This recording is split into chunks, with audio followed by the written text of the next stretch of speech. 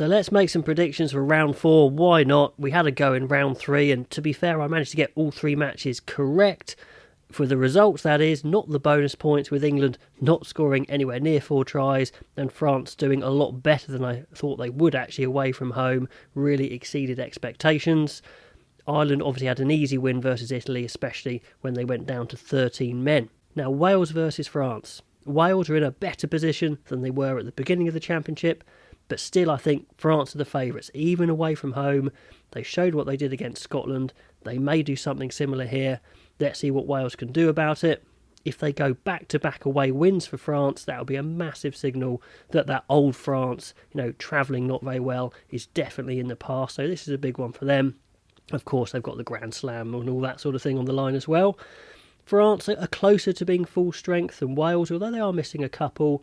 Wales, they've got Faletau back, but they still need a few more. Alan Wynne-Jones is on the way, but I don't think he'll be ready in time for the Six Nations, so that's a bit of a shame, but good to hear he's doing well. Now, in the second half versus England, Wales had a good period of dominance where they were running riot. Can they do that against the powerful French? My head says no, but Wales are going to give it a crack. That being said, tactics is going to be huge. It's hard to know where France are weak, but certainly that massive, powerful blitz defence and that ruck contesting probably will make it a bit hard for Wales to attack from their own half, so we may see a bit more of a kicking game. They're going to have to be super slick in that kicking game, because we saw what happens against Scotland when they kick poorly. Scotland got really punished there with some poor kicking. So Wales, yes, they're going to have to play tactically spot on. Now, can I see France scoring lots of tries? Yeah, absolutely. In fact, I can't see them not scoring lots of tries. It's just a question of how many and how close can Wales stick to them, I think. Wales are going to need the performance of the tournament for sure, but they're at home. Like I said, they've warmed up a bit now. They're playing fairly well, certainly in that second half they were playing fairly well. If they start as slow as they did against England, though, they may be out of sight for the win.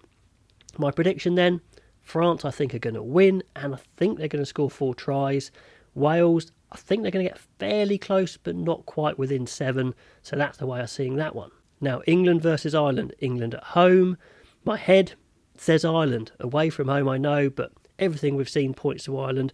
My heart, wants a good performance from England. We almost broke into one in the first half versus Wales, but they couldn't convert. So really, there's no evidence to say England are going to win this one, unless they bring something we haven't seen so far. And just some huge differences in coordination. Ireland seem absolutely joined up in attack and defence.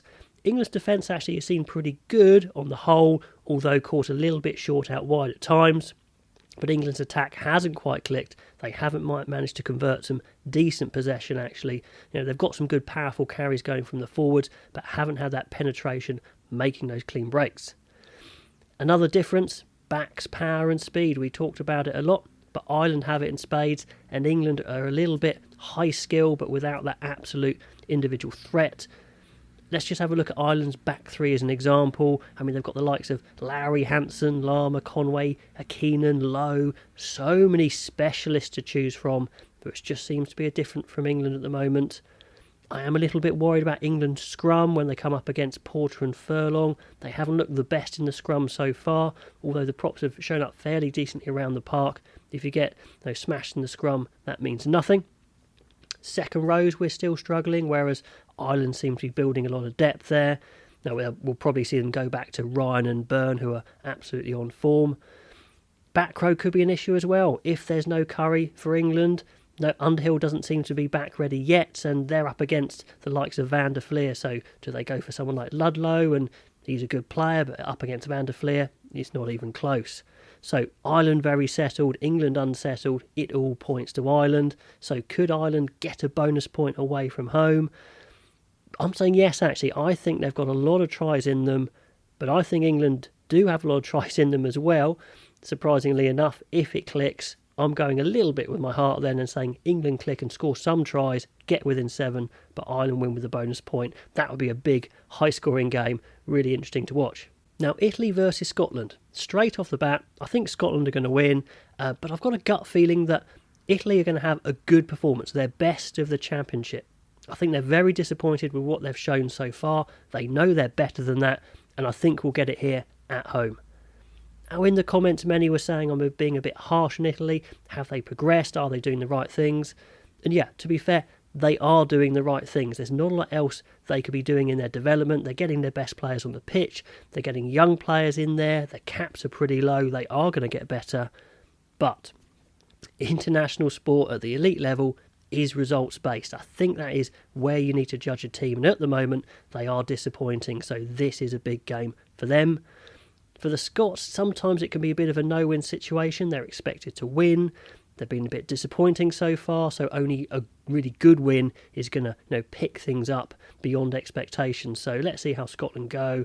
I think Italy are going to score a few tries, actually do pretty well. It's going to be close at half-time, but I do expect Scotland to pull away at the end with a bonus point win, but Italy with more points on the board than they have so far. Anyway, guys, just a bit of fun. Let me know what your predictions would be, who's going to get the bonus points, and I'll see you next time.